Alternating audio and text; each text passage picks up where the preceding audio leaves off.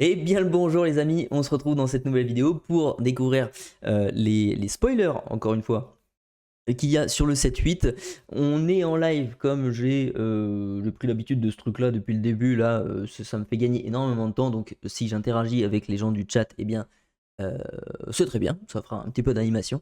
Et on va commencer direct du coup par la première carte. Alors du coup le jour 4, c'est-à-dire que là je remonte, vu que j'ai eu un reveal à faire sur le samedi soir, eh bien j'ai zappé les reveals du vendredi, du samedi et aujourd'hui du dimanche. Donc je rattrape tout ça. Et donc du coup on va commencer avec les reveals qu'il y a eu le vendredi. Et il me semble que je sais plus si c'est le vendredi ou le samedi où il y en a eu énormément de reveals. Je crois que je m'en rappelle plus. Mais on verra ça avec la longueur de la vidéo. Donc voilà, on va commencer direct avec cette première carte de Mirabel Madrigal pour 1N02. C'est la Mirabel bébé. Marrant ça. C'est Amici Di Giulia qui l'a révélé. Lorsque vous jouez ce personnage, vous pouvez révéler une carte chanson de votre main pour gagner un éclat de l'or. Euh, Mine de rien, c'est quand même un T1 intéressant. Je crois que c'est la première. Attendez. Oui, c'est la première fois. Oui, c'est la première fois où on a une carte qui te fait gagner du lore T1. Il me semble, hein. Après, il y a peut-être une. En tout cas, un personnage. Un personnage qui te fait gagner un de lore T1. Ça n'a jamais été fait pour le moment. Parce que tous les T1 actuels, bon, ils ont. C'est soit des vanilla, soit des trucs un petit peu. Bon, bof, quoi. Enfin qui ont d'autres capacités, pardon. Mais ouais, cette carte-là, elle est assez intéressante. Après, bon, 0 en force, donc ok. Elle a 2 en volonté, donc elle va se faire gérer pardon, par beaucoup de choses. Mais son côté, tu révèles une chanson et donc du coup tu gagnes un lore, ça c'est quand même pas, c'est pas dégueu. Dans un petit deck Amber Steel tempo ou quelque chose comme ça qui est rapide en lore, pourquoi pas. Mais après, est-ce qu'on préfère pas jouer une Daisy ou un truc comme ça pour lorer quand même rapidement dès le tour 2, etc. Bon, ça, je sais pas. Mais après, c'est vrai que on a à peu près le même effet. Si la Mirabelle reste sur le T1, honnêtement, on a 2 de l'or T2 comme une Daisy sans le côté négatif de la Daisy qui fait que voilà, ça va faire piocher votre adversaire. Donc mine de rien, c'est pour moi une très bonne commune. Je la mettrai pas dans des tops non plus, top 10 ou des trucs comme ça, mais bon, pas dégueulasse quoi. Ensuite, on a Jim Deere. Alors là, j'ai appris comment il s'appelle le mec quoi. Je sais que c'était Deere, quelque chose, enfin, un truc comme ça. Je sais plus en français d'ailleurs. Darling, ouais. Je crois qu'en français dans le film, elle dit Darling. Ou alors c'est la femme, Darling. Je m'en souviens plus. Bref. Mais c'est intéressant de voir qu'on peut avoir aussi des personnages secondaires comme ça dans l'univers de l'Orcana. Parce que lui, vraiment, il est secondaire, tertiaire même peut-être, hein. Donc, intéressant. Pour 2, c'est une 04 Bodyguard. Ok. Après, à surveiller avec le Bogo, le chef Bogo là, qu'on a eu dans ce set-là en, en légendaire Ambre. Pourquoi pas. Mais ça peut toujours être pratique un bodyguard T2. On a eu un bodyguard T2 avec le Simba, qui était une carte qui était assez souvent jouée quand même. On a eu plusieurs méta différentes et on a eu quand même cette carte-là qui était jouée parce que c'était une 2-3 rempart qui arrive T2. C'est pas mal. Là, elle résiste à un point de plus, à un point de volonté de plus, mais elle tape pas du tout. Lui, Jim Deere, c'est comme, enfin, c'est un défensif le mec, hein, c'est un pacifiste, j'ai envie de dire. C'est lui, no violence, voilà. Donc intéressant, mais à voir. Alors lui, le Gen, je crois qu'il s'appelle comme ça, Gen, Eugène, Gen. Pour 1, c'est une 1-2 qui dit que lorsque ce personnage part à l'aventure, vous pouvez retirer 2 dommages d'un autre personnage, quoi. Euh, dans, dans un deck un jour avec des comment ça s'appelle des mécaniques, enfin un style de jeu, voilà, une stratégie de jeu pardon, qui qui te fait gagner du lore, on pense à Grand Pabi par exemple, qui te fait gagner du lore en soignant tes personnages, pourquoi pas? Mais après, T1, tu joues ce truc-là, et T2, tu joues un autre truc et tu pars l'aventure avec lui, tu vas soigner que dalle, quoi. Donc bon, après ça dépend. C'est vrai que il peut y avoir des persos, il me semble que là, la mère Gothel, c'est du tour 3. Je crois me souvenir que c'est du tour 3, la Gothel. Si c'est tour 2, pourquoi pas? Une carte comme ça. Je vais vérifier tout de suite. Ça me turlupine. Quoique je vais regarder directement sur ça. Tac. Je vais le mettre de côté. Hop, hop, hop. Ça, je vais vous faire profiter en même temps de l'écran. Hop, on va mettre ça comme ça. Ça comme ça. Tac. Hop. On va mettre Dreamborn. Et Gothel. Gothel. Ah, c'est du tour 2, ouais, effectivement. C'est du tour 2. Donc, pourquoi pas? Bon, c'est sûr que la Gothel, on préfère mettre bien sûr, une réponse. Réponse! Mais honnêtement, vous avez moyen d'avoir du coup T2, votre mère Gothel, qui devient une 3, une 3-4, enfin une 3-4 avec juste une blessure, donc une 3-3. C'est comme si vous aviez un serpent, quoi, une mime serpent ou un truc comme ça, sans le côté négatif du serpent, quoi.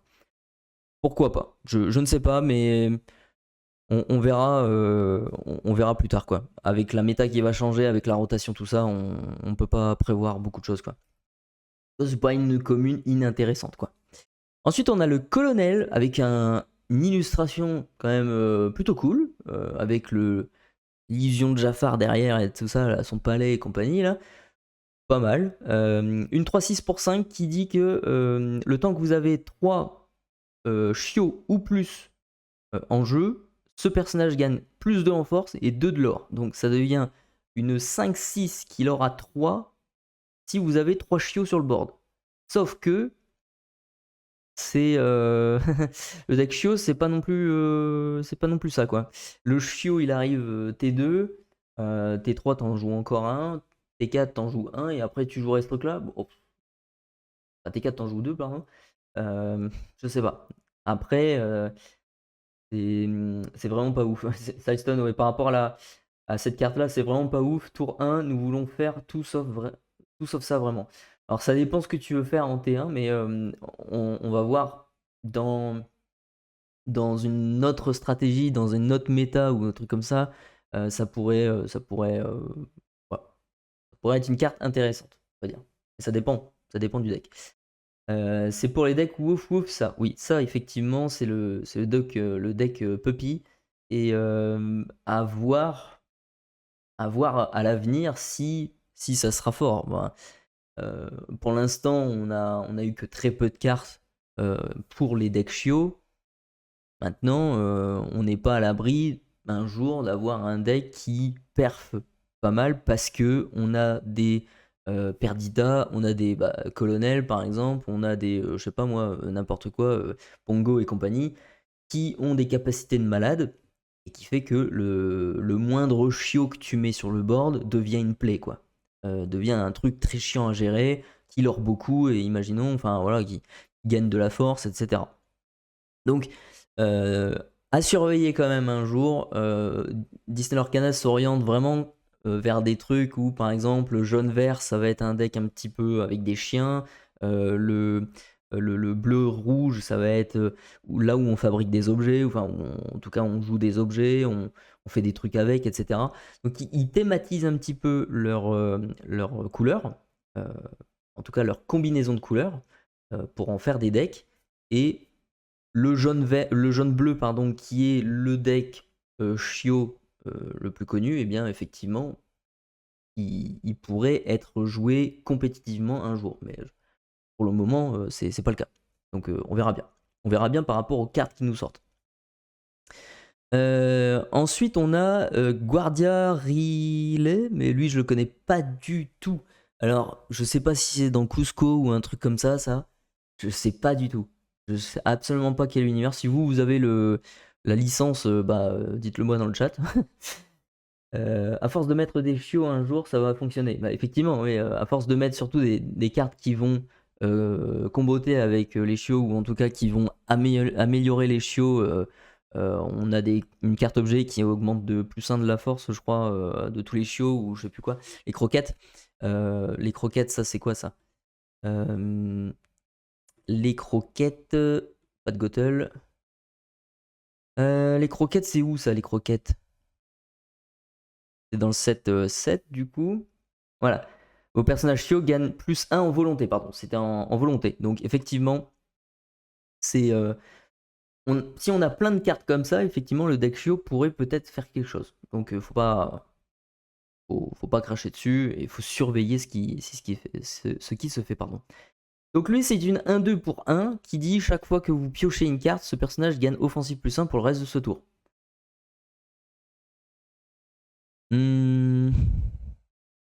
Donc à tous les tours, c'est sûr et certain, c'est une 2-2, pardon. Qui est pas... bon, c'est un T1 classique, quoi, on va dire. Vanilla. Mais le truc, c'est que si effectivement vous avez un deck qui pioche énormément, notamment en Blurple, hein, c'est notamment pour ce deck-là, cet archétype-là, il a été créé, je pense, eh bien, ça peut vite devenir une play, quoi, ce machin-là. Ça peut vite être un truc qui devient une 5-2 comme ça. Alors, c'est du one-shot. Vous envoyez votre truc sur le Maui adverse, mais au moins vous gérez quand même un ton, quoi. Donc, pourquoi pas. Oui, c'est un garde transformé par Isma. Ok. Ouais, c'est bien d'un coup de coup, alors. Donc, plutôt une commune intéressante, on va dire, mais à voir avec le temps. Ensuite, on a une mère Gothel, encore une fois, avec de la bicolorité améthyste rubis. Mais est-ce que celle-là, elle est bien? Alors, l'autre, elle est bien, mais le côté chiant, c'est que en fait, c'est toujours avec voilà, un de blessure uniquement qu'on bouge, pas plus. C'est dommage. Mais après, je sais pas. Peut-être que ça serait beaucoup trop fort si c'était plus. Je pense aussi. Enfin, bref. Pour 2 non-ancrables, c'est une 1-3 qui dit lorsque vous jouez ce personnage, vous pouvez choisir un autre de vos personnages et lui infliger 2 dommages. Si vous le faites, le personnage choisi gagne offensive +1 et lorsque ce personnage est banni via un défi, tu le renvoies dans ta main au reste de ce tour. Faut bien jouer son coup, quoi. faut voir, ça peut être pratique de mettre ça sur un gros frappeur et que vous savez qu'il va partir et qu'effectivement vous allez le reprendre en main et le rejouer. Toujours est-il qu'il faut le rejouer après, donc après ça dépend. Effectivement, ça peut être intéressant le côté, la capacité qui fait comme comment elle s'appelle, la bonne fée, Marianne la bonne fée, celle qui est Floatborn, qui dit que tu peux renvoyer les personnages dans ta main. Là, on a à peu près la même capacité, sauf que là, il faut blesser nos personnages et ça peut être risqué. Si vous n'avez pas assez de volonté, bah c'est un peu mort, quoi. Donc à voir, à surveiller. C'est une carte qui coûte pas trop cher et qui peut vous être utile pour plus tard. Donc, voilà. Ensuite, on a une Anna Magical Mission, ça y est. Alors je crois qu'on en avait une autre, on avait déjà une autre Anna sorcière, alors mage, pardon, en français, là comme vous voyez là dans son sous-type. Donc je crois que c'est la deuxième fois qu'on le voit. Et ça, les amis, ça j'en suis sûr et certain, c'est un clin d'œil pour le futur film Disney. Alors qu'Anna est quand même assez proche de Disney, j'ai envie de dire. Et surtout, il suit pas mal l'actualité qu'il y a autour de nous. Et je pense que les cartes qui nous sortent, il y a des petits trucs qui font écho aux films ou aux prochains films qui sortent dans les studios Disney, quoi. Là, quand on avait eu sur le set 4 ou 5, je me souviens plus, on avait eu la Vaiana, parce que Vaiana 2 allait sortir dans pas longtemps, quoi. Donc il y avait toujours un truc comme ça. Là, ils nous sortent un Stitch dans le 7-8. Stitch arrive au cinéma, le live action en tout cas, arrive au cinéma là dans quelques semaines. Donc faut faire attention avec ce truc-là. Moi, c'est une théorie, mais je pense que cette Anna, parce que sûr et certain, Pourquoi Elsa aurait des pouvoirs et pas elle? Alors après, peut-être que je connais pas un certain truc dans le lore de la Reine des Neiges et tout ça, mais moi je pense que voilà, faut voir. Oh mais oui, ça c'est du Frozen 3. Et ben tu vois, Silson, t'es d'accord avec moi? C'est vrai, moi je le sens, hein, j'ai le pif. Vous allez voir, dans Frozen 3, Anna va avoir des pouvoirs. C'est sûr. Bref. C'est une 3-6 pour 6, sinon en Alter 4, qui a support. Donc support, voilà, faut encore voir. Moi j'y crois à ta théorie. Merci beaucoup. On n'est pas les seuls, on n'est pas les seuls. Whenever this character quest, donc lorsque ce personnage part à l'aventure, si vous avez un personnage Elsa en jeu, vous pouvez piocher une carte.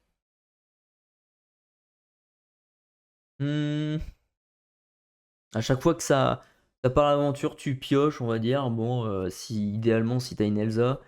Ces decks-là, par contre, je sais pas. Je sais qu'il y a. On nous pousse également, vous voyez, en violet-bleu, à jouer du deck Témé Anna-Elsa. On nous pousse à fond à faire ça parce qu'il y a plein de cartes Anna et Elsa qui fonctionnent entre elles. Est-ce que si quelqu'un le teste, est-ce que ça va faire quelque chose? Je sais pas. Au niveau compétitif, je sais pas si ça a le niveau, quoi. Je pense même absolument pas. Mais on sait jamais. Encore une fois, il faut surveiller les cartes qui nous sortent. Et un jour, ils nous sortent une carte broken qui fait combo avec pas mal de trucs et qui synergise pas mal le deck avec un thème bien précis, Chiot, Frozen et compagnie. Pourquoi pas? Into the unknown, into the unknown. Ça, cette chanteuse américaine a quand même un peu une voix de vieille, hein, je trouve. Hein. Bah, c'est que mon avis. Bah, bref. En tout cas, art très très situationnel, ouais. C'est très très situationnel. Enfin, c'est encore très fragile, quoi. En tout cas, celle-là, cette chanson-là, par contre, vous pouvez être sûr et certain que c'est un truc qui va être joué. Ça c'est un truc de malade. Pour 3, vous pouvez put chosen exerted character into their player inkwell, face down and exerted. Donc ça veut dire, vous allez pouvoir choisir un personnage épuisé et le mettre dans la réserve d'angle de son propriétaire. Bien sûr épuisé, mais ça c'est comme d'habitude. Ce truc-là, c'est un anti-bet. Hein. On a un anti-bet très très fort dans le Blurple. Là, vous pouvez gérer tout ce que vous voulez, quoi. Genre, dans une situation où vous aviez eu un sous-fétiche Tamatoa, Tamatoa part à l'aventure, après tu l'as plus ton Tamat. Hein. C'est très fort, c'est beaucoup plus fort que bah, du coup Let It Go. Let It Go qui coûte 5, qui est une chanson également, et qui fait le même effet. Sauf que Let It Go, vous n'avez pas bien d'avoir le personnage qui était épuisé. Donc, ok, c'est pour ça que ça coûte un petit peu plus cher. Mais mine de rien, maintenant vous avez 2 anti-bêtes très très forts dans le Blurple. Donc, c'est cool. C'est plutôt une très très bonne carte, donc à surveiller. Ensuite, on a Madame Paccard. Madame Paccard. Elle, elle fume, elle dort à poil, comme elle dit dans le film, etc. Donc voilà, c'est un personnage haut en couleur. Mais bon, c'est une vanilla, donc voilà, c'est une 3-4 pour 3, pardon. Donc cool. C'est cool de l'avoir en tout cas. Basile qui est une 5-4 pour 7, là c'est très cher. Ça l'aura 2, ok. When you play this character, quand vous jouez ce personnage, vous pouvez retourner un personnage dans la main de son propriétaire. Et lorsque ce personnage part à l'aventure, comment s'appelle l'opponent, l'adversaire ciblé discarde une carte au hasard. On revient encore un petit peu sur le Basile qu'on avait là, Floatboard. Attends, je sais plus. Je sais plus si le Basile Floatboard il fait ce truc là. Je sais que à chaque fois que tu ancres, il me semble que le Basile Floatboard il fait ce truc là. Le même effet, au hasard. Si vous faites choisir un adversaire qui dépose une carte. Ah non, c'est lui qui choisit. Donc c'est dans une autre carte du coup que j'ai dû voir au hasard. m'en souviens plus laquelle, mais bon, bref. Donc là, ok, mais c'est ultra cher, quoi. C'est 7, ça sera presque jamais joué, quoi. Enfin, c'est pas possible. Même en scellé, c'est un peu trop compliqué. Ensuite, on a une légendaire verte, émeraude, une Raya, l'illustration ultra classe, voilà, avec son épée comme ça qui... Ça, franchement, Raya, c'est un des meilleurs films Disney. Hein. Il y en a beaucoup qui aiment pas, mais honnêtement, ça, c'est une pépite, hein, ce film d'animation, pardon. Donc voilà. La carte, par contre, je sais pas. Une 5-5 pour 6 qui aura 2. Lorsque ce personnage part à l'aventure, vous pouvez payer 2 pour to ready another chosen character, donc pour redresser un autre personnage. Il y a un combo infini, enfin infini, un combo, un one turn kill, un OTK qui existe déjà, où il y a, je sais que dans l'histoire, il y a Alice hors d'atteinte, il y a le Mufasa qui est très cher, là, à 8, qui l'aura à 4. Il y a ce truc-là, il y a la carte action recommence du set 1 qui dit que vous pouvez reprendre comment on appelle ça, une carte action dans votre défausse. Et vous avez également la quatrième carte qui est... comment elle s'appelle? Avec Stitch. Une carte action verte avec le Stitch et Lilo dessus. Tu es revenu? Ouais, c'est ça. C'est tu es revenu? Je crois que c'est ça. Tu es revenu, ouais, c'est ça.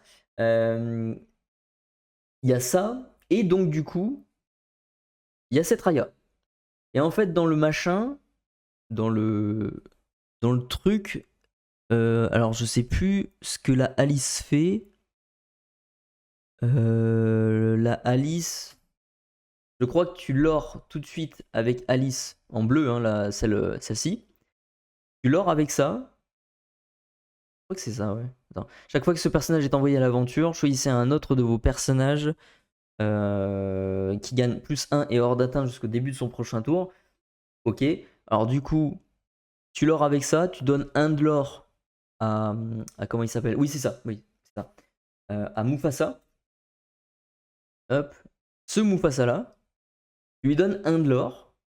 Et donc du coup, là, tu as déjà l'oré à 2, mais ça, on s'en fiche. Donc du coup, lui, il aura 5. Tu pars à l'aventure avec ce truc-là, avec le Mufasa. T'es à 7. Ensuite, tu joues... ouais, tu joues, tu es revenu. Bah, attendez. Je vais mettre toutes les cartes, ça sera plus simple. Comme ça, je vais... Bête. Bien sûr, il faut les mettre sur le côté. Je suis intelligent. C'est faux. J'aurais dû faire ça avant. Mais ce combo, il est quand même pas très réalisable, mais... Raya, elle est là ou pas? Non, il l'a pas mis. Et c'était recommence... Ah. Recommence. Voilà. Alors du coup, le Schmilblick, le combo, le OTK avec cette fameuse Raya, c'est du coup de faire... Vous partez à l'aventure avec Alice. Vous gagnez 2 de l'or. Vous donnez 1 de l'or à Mufasa. Mufasa est à 5 de l'or. Vous partez à l'aventure avec Mufasa. Vous gagnez 5, vous êtes à 7. Ensuite, vous faites Tu es revenu, qui fait que du coup, ça redresse Mufasa. Vous l'aurez encore une fois à 5. Et donc, du coup, là, vous êtes à 12. Vous faites recommence pour aller rechercher Tu es revenu. Vous faites... Attendez. Il y a lui, il y a elle qui fait un truc avant, je crois. Que là, vous êtes à 12. 13-14.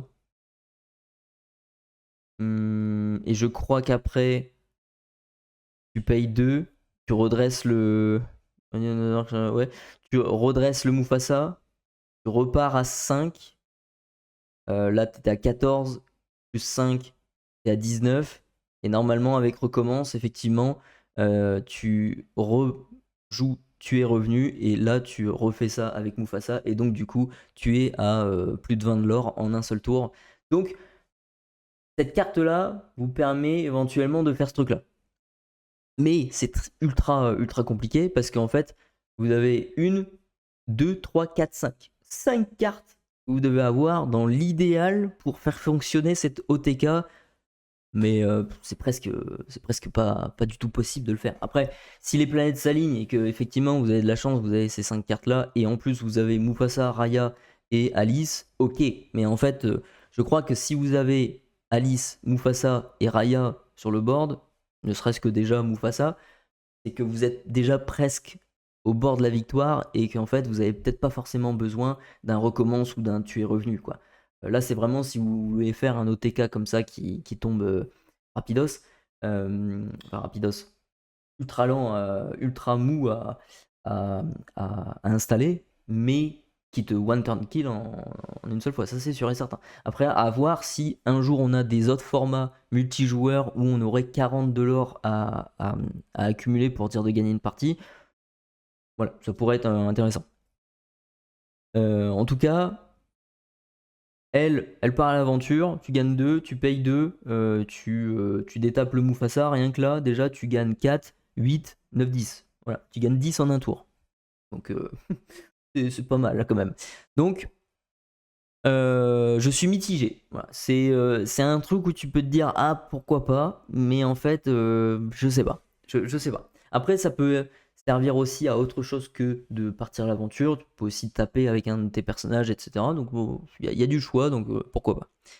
Ensuite, on a Archimède, qui est une 2-2 pour 3, qui dit lorsque vous jouez ce personnage, vous pouvez bannir un item, un objet. Pourquoi pas, ça c'est plutôt good. Durant votre tour, lorsqu'un objet est banni, vous pouvez piocher une carte et puis ensuite vous défaussez une carte. Honnêtement, c'est un loreur à 3 en plus. Bon, il est trop fragilos et tout ça, mais tu le prends comme anti-objet, quoi. Bon, ça te fait déjà une carte qui peut te sauver, quoi. Pourquoi pas. Après, on en a plein des cartes comme ça, enfin plein. En tout cas, il y a Benja aussi qui fait ce truc-là. À voir si un jour on a une méta très objet et donc dans ce cas-là, cette carte-là rentrerait dans des decklists. Mais d'ailleurs, il y a pour le lore ici, il y a Linkcaster là ici là. C'est intéressant ce truc-là. Bref. Ensuite, on a Das Warder Falsche. Je crois que c'est à peu près ça la prononciation. Pour 3, c'est une action qui dit choisissez entre renvoyer un personnage de votre choix dans la main de son propriétaire, soit placer une carte, abaisse le levier de votre défausse sous votre deck pour placer le personnage de votre choix sous le deck de son propriétaire. Ça peut être intéressant ça. Alors ça va vous faire revenir la carte. Est-ce que on l'a est-ce qu'on l'a cette carte là sur le... Je pense pas. Hein. Non, je pense pas. Je vais mettre 7. Reine de Jafar. Non, il n'y a pas encore. Bon.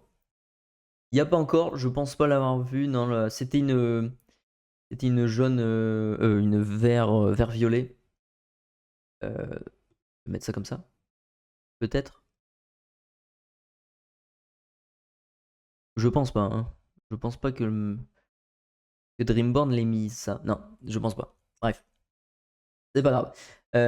En tout cas, le ABC le levier, je sais plus ce que ça fait. Ça fait un truc. Je sais plus. Bref. Ça vous permet d'aller récupérer ce truc là et ensuite vous allez pouvoir mettre un truc en dessous du deck de l'adversaire. C'est pas si déconnant. C'est plutôt une carte avec des choix multiples comme ça qui peut vous sauver dans certaines situations de game. C'est vraiment des très bonnes cartes.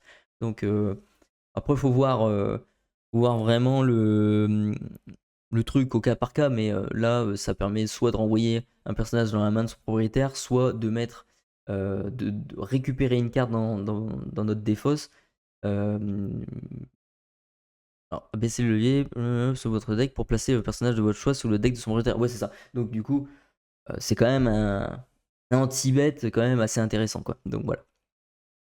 Ensuite, on a Gloyd Orange Board. Lui, c'est une orange. Pour 3, c'est une 1-2 qui dit lorsque vous jouez ce personnage, chaque adversaire perd un éclat de l'or et vous gagnez un éclat de l'or. On a des trucs comme ça avec le Donald et compagnie. Donc ça n'a jamais été joué, mais on verra plus tard. Ensuite, on a le Dodo. Une espèce malheureusement éteinte. Pour 3, c'est une 0-6, donc le mec il tank. Et ce personnage gagne plus 1 en force pour chaque dommage sur lui. Donc on est à peu près sur le même truc que la mini, qui est bodyguard, mais honnêtement, la mini est plus intéressante. Après, ce truc-là ne peut être intéressant, effectivement, si vous partez à l'aventure avec ce truc-là, c'est votre adversaire qui s'en occupe, et puis au bout d'un moment, peut-être que ça peut vous aider. Mais je pense que votre adversaire n'est pas bête. Et donc du coup, bienvenue à Binou. J'ai vu l'animation là, ça y est, la petite animation de balai là. Je le vois jamais ce truc là. Bienvenue à toi, merci pour le follow. On est en train d'analyser du coup des cartes du 7-8.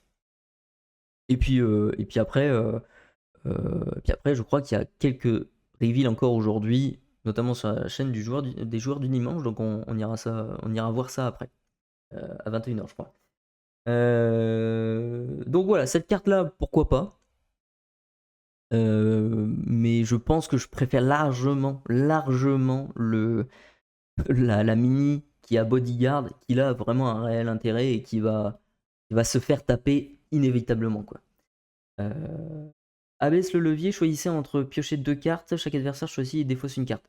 Ouais, ça peut être intéressant. Tu pioches 2 cartes, ou alors... non, c'est... Tu pioches 2 cartes ou c'est tu pioches une carte? Pareil quand même beaucoup, piocher 2 cartes. Ah non, c'est ça, oui, c'était un... C'est comme un Mes Amis de l'au-delà, oui, c'était ça. Donc tu défausses, et en plus tu as un anti-bet juste après avec la carte qui est là, bon, pourquoi pas.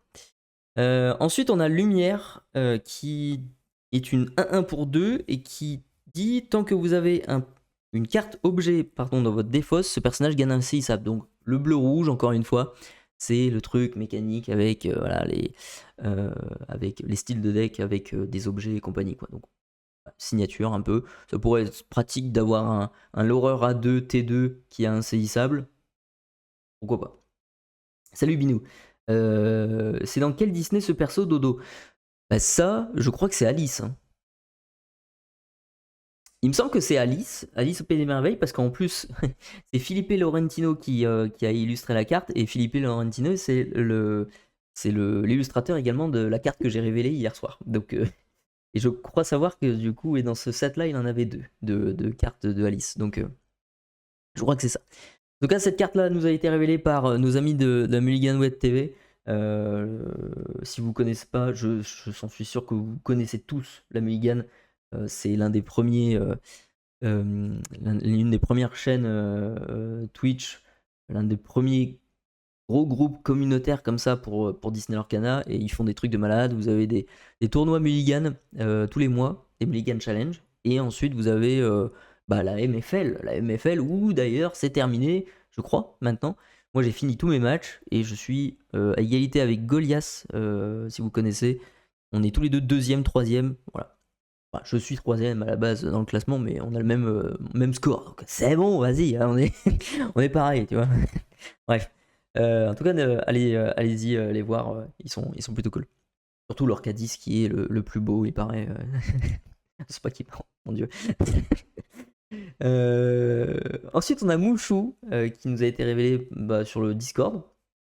C'est une 2-3 pour 3 qui dit vous l'épuisez et le personnage de votre choix gagne Rush. Donc, comment il s'appelle? Rush en français, charge. Donc, pourquoi pas? Mais il va se faire tège très très vite après, quoi.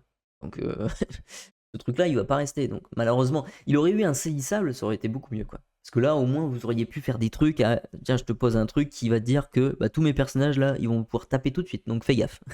Ça aurait été très fort. Mais c'est dommage, c'est dommage. Après, si vous donnez un saisissable à ce mec-là, à ce Mouchou, pourquoi pas. Lafayette qui est un ton. Honnêtement, on est dans la même veine que des Maoi. c'est des trucs pour 5, c'est une 7-4, c'est là pour taper. Et si ça se fait taper, ça va emporter quelque chose avec lui, au minimum. Donc, c'est plutôt cool. Moi, j'aime beaucoup ces cartes-là. Mais c'est une vanilla, donc voilà, c'est pas non plus fou, quoi. Ensuite, on a le cocher qui nous a été aussi illustré par Philippe.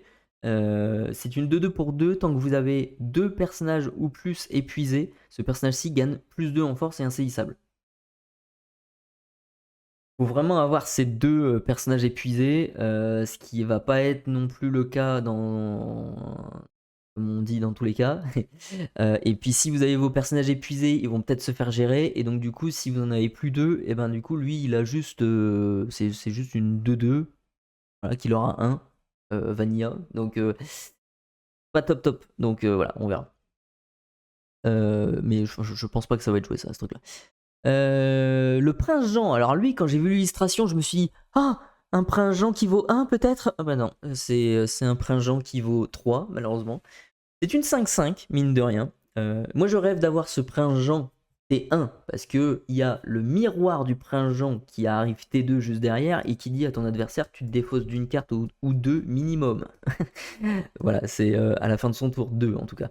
Donc j'attends ce prince Jean T1 avec impatience. Mais on verra ça. Même si, bon, le discard, on sait, c'est un peu toxique, etc. Mais il y a d'autres trucs aussi qui sont ultra toxiques. Voilà, on n'est pas non plus dans le level du Bucky, quoi. Bucky était un petit peu exagéré. Mais tout est discutable. Cette carte-là, par contre, ce prince Jean, c'est une 5-5 qui dit que, enfin, sa capacité dit que lorsque un adversaire joue un personnage, ça lui inflige 1 de dommage. C'est chiant, hein. Mais par contre, si vous avez un deck en face qui joue pas beaucoup de persos, qui joue des objets, etc., bah, vous avez moyen d'avoir une 5-5 quand même. T3, c'est pas si mal. Et même si vous la jouez T3 et que votre adversaire joue beaucoup de trucs, vous avez quand même une 5 quelque chose, 5-2 ou 5-3, peut-être un truc comme ça. Donc c'est pas nul, c'est loin d'être nul. Nothing We Won't Do, une carte révélée par un américain, Forbidden Mountain. Sing Together pour 8. Cher, hein, ce truc-là, hein, mais heureusement que ça existe, le Sing Together, parce que bon, voilà. Vous redressez tous vos personnages. Pour le reste de ce tour, ils ne prennent aucun dommage sur les défis, mais ils ne peuvent pas partir à l'aventure. Et bienvenue à Marc74440. Bienvenue à toi, merci pour le follow. On est en train d'analyser les petits spoils qu'il y a eu sur ces 3 derniers jours en vidéo. Mais voilà. C'est plutôt good. Mais encore une fois, c'est dans cette stratégie de jeu. Voilà, on va un peu comme avec le mouchou. Voilà, on va taper. Mais c'est peut-être pas forcément super stratégie. Mais après, bon, ça dépend, c'est très situationnel. Ça, c'est une carte que peut-être on met en 2 exemplaires dans un deck à la rigueur pour faire du Vras de temps en temps. Si vous avez beaucoup de personnages qui sont des frappeurs, ou en tout cas des personnages qui peuvent encaisser quand même pas mal de dommages et donc du coup qui restent plus longtemps sur le board. Peut-être un jour, ça sera pas mal. Mais après, le Sing Together 8, honnêtement, bon, ok, vous allez faire quoi? Vous avez 5 personnages sur le board, allez, vous allez chanter avec tous ces personnages-là, ce machin-là. En fait, vous chantez une chanson pour dire enfin, vous épuisez vos personnages pour les redresser juste derrière. Et en plus, vous leur mettez un malus, bah, ils partent pas à l'aventure.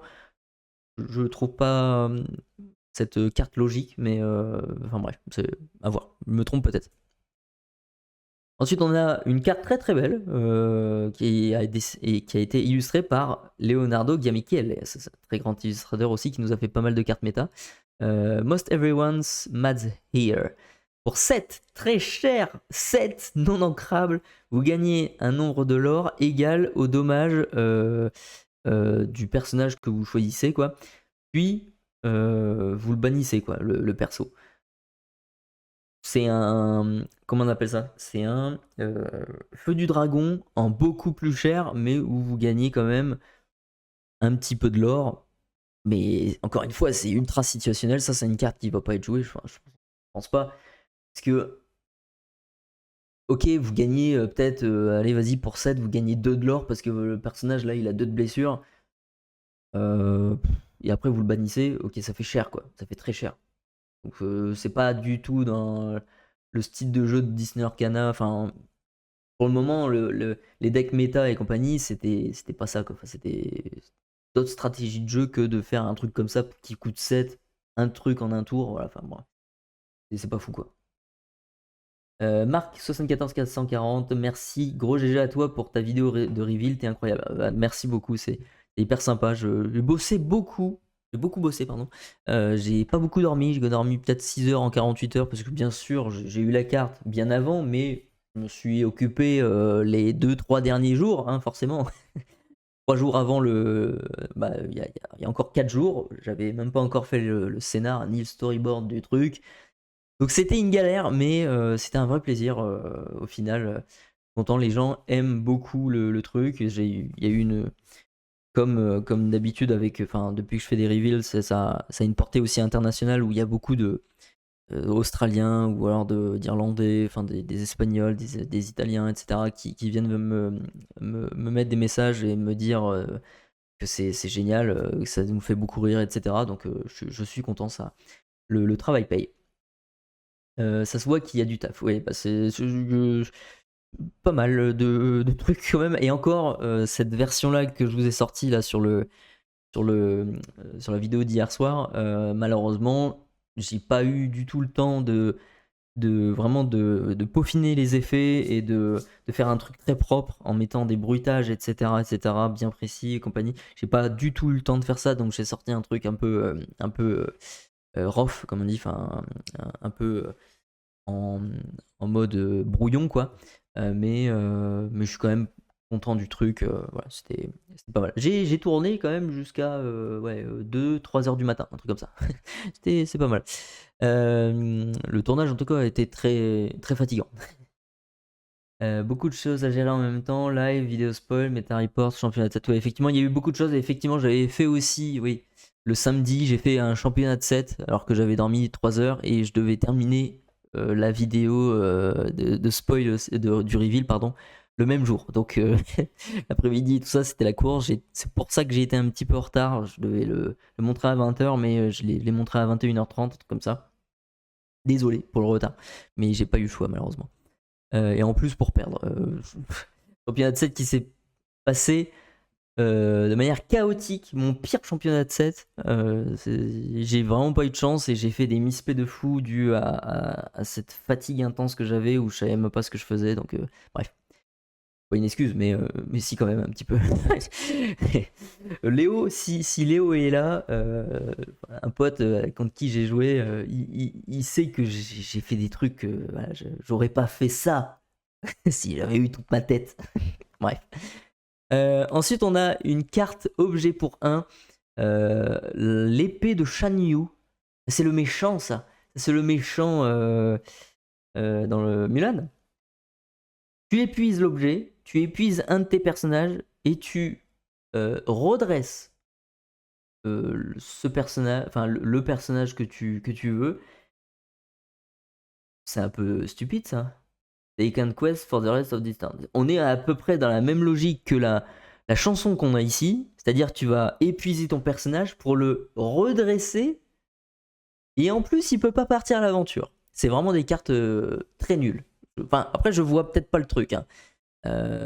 C'est ça. Ok, tu peux choisir un autre personnage machin, genre ton Maui et puis tu peux retaper une fois encore. Et je suis vraiment pas fou de ça moi. Hard, Hardtissime. Hardtissime. Non, Artisme, pardon. Oula. Oh, fatigué. Artisme. Tu as prévu de faire d'autres tournois où tu as déjà réussi à avoir ta carte. Malheureusement, je me suis fait jarter d'une boutique qui je m'étais inscrit sur le mêlée et finalement ils ont dit à la dernière minute que il fallait en fait payer sa place sur leur boutique et ensuite on allait être inscrit sur le mêlée. Donc j'ai pas vu le message et je me suis fait sucrer ma place du coup. Donc je devais en faire 2 de championnat de 7 et malheureusement je vais pas pouvoir le faire ce deuxième. Donc malheureusement je n'ai pas eu ma carte du top 8 malheureusement. Donc je suis bien déçu mais tant pis. On verra s'il y a un désistement, peut-être j'irai dessus. Et vous d'ailleurs, est-ce que vous là qui êtes sur ce live, est-ce que vous avez réussi à avoir votre petit héros du top 8? Dites-le moi dans le chat. Là c'est une 2-1 pour 1 de Olaf. When you play this character, chosen opposing character get -1 en force. C'est nul. Pour 3, une 2-2 Anna qui dit qu'elle aura 2. When you play this character, if you have a character name Elsa, encore une fois, en jeu, vous pouvez mettre la carte du dessus de votre deck dans votre réserve d'encre, exerted, donc épuisé. C'est pas si nul, parce que pour 3, vous avez une 2-2, on s'en fout. Pour 3, vous avez quand même un l'horreur à 2. Et en plus, vous avez rampe en mettant une carte dans votre encre en plus ce tour-ci. Ok, mais c'est très situationnel, il faut une Elsa, donc bof. Wasabi, ça pique, hein, attention. Ça, c'est une 3-5 pour 5, qu'il aura 2, support, bof.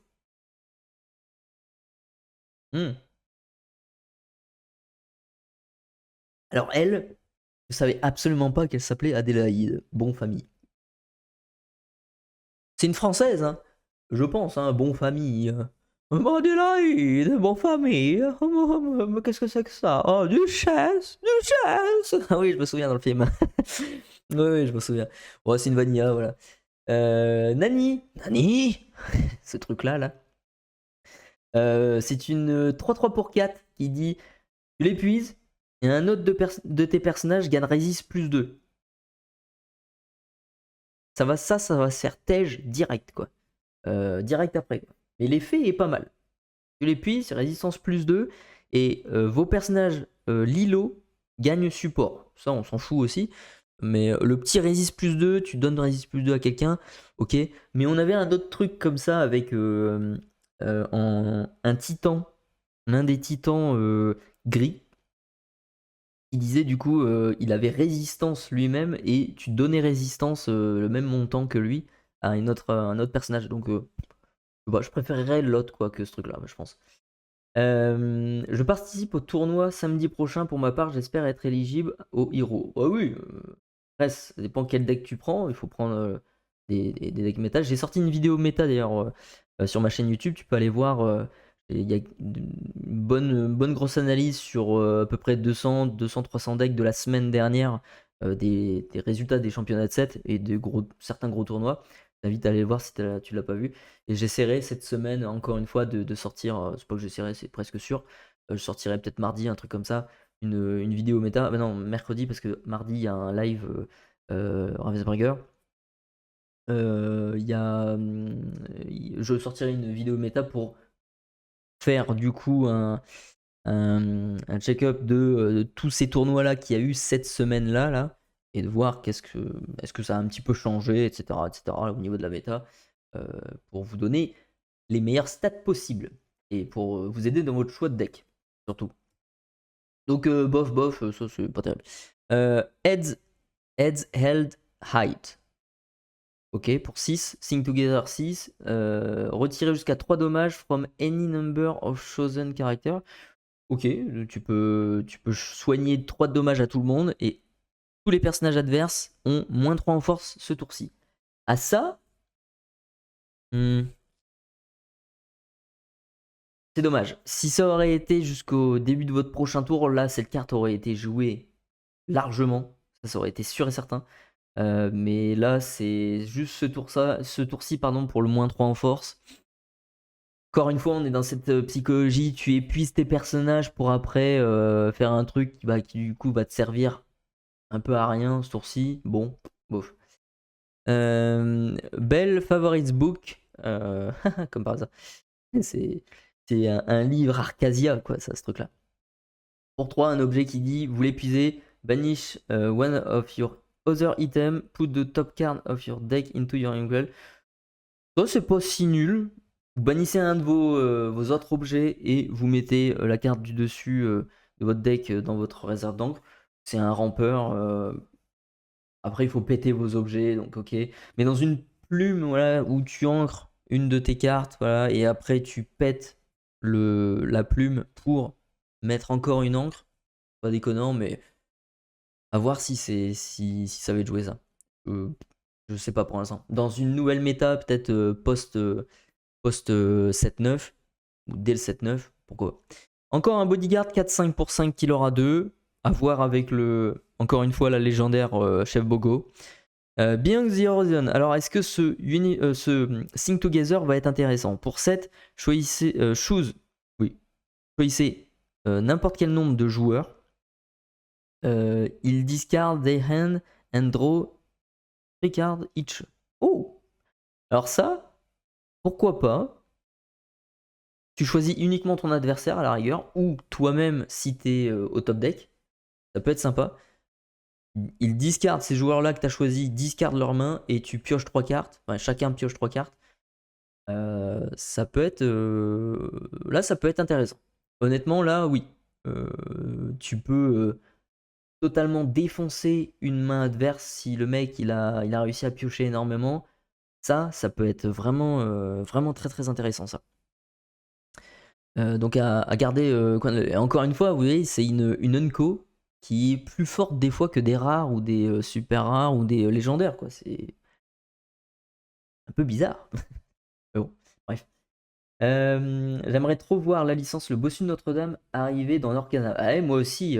En bas, c'est les cœurs des scènes. Ah, le Quasimodo, le pauvre, quand il se fait remballer par Esmeralda. Esmeralda, c'est pas sympa quand même, hein. Genre, elle le fait miroiter et puis après, elle va voir le beau gosse. Enfin, et là, tu le vois, Quasimodo, il est derrière le poteau. Quand il voit le smack, enfin le bisou là, ou un truc comme ça, là, sur le lit, quand le beau gosse il est blessé, il est dévasté, quoi, le gars. Il y fait un. Oh, oh. Voilà.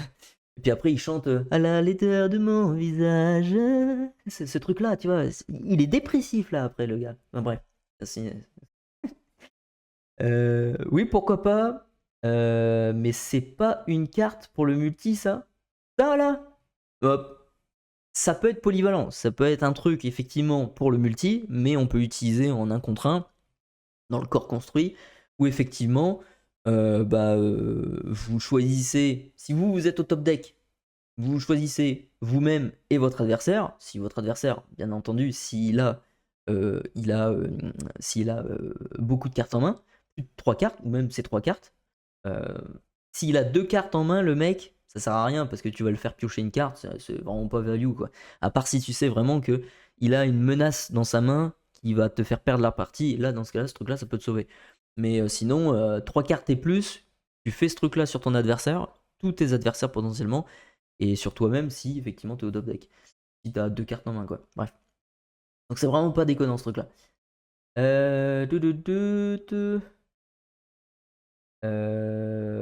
Mais grave, oui, le Quasimodo, le pauvre.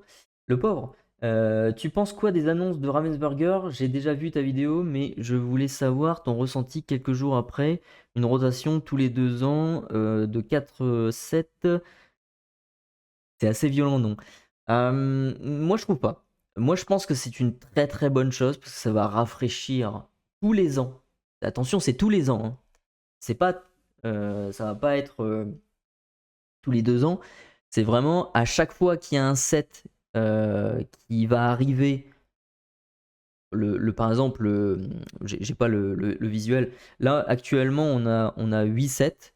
Et l'arrivée du set 9 va effacer la première ligne des 4 sets.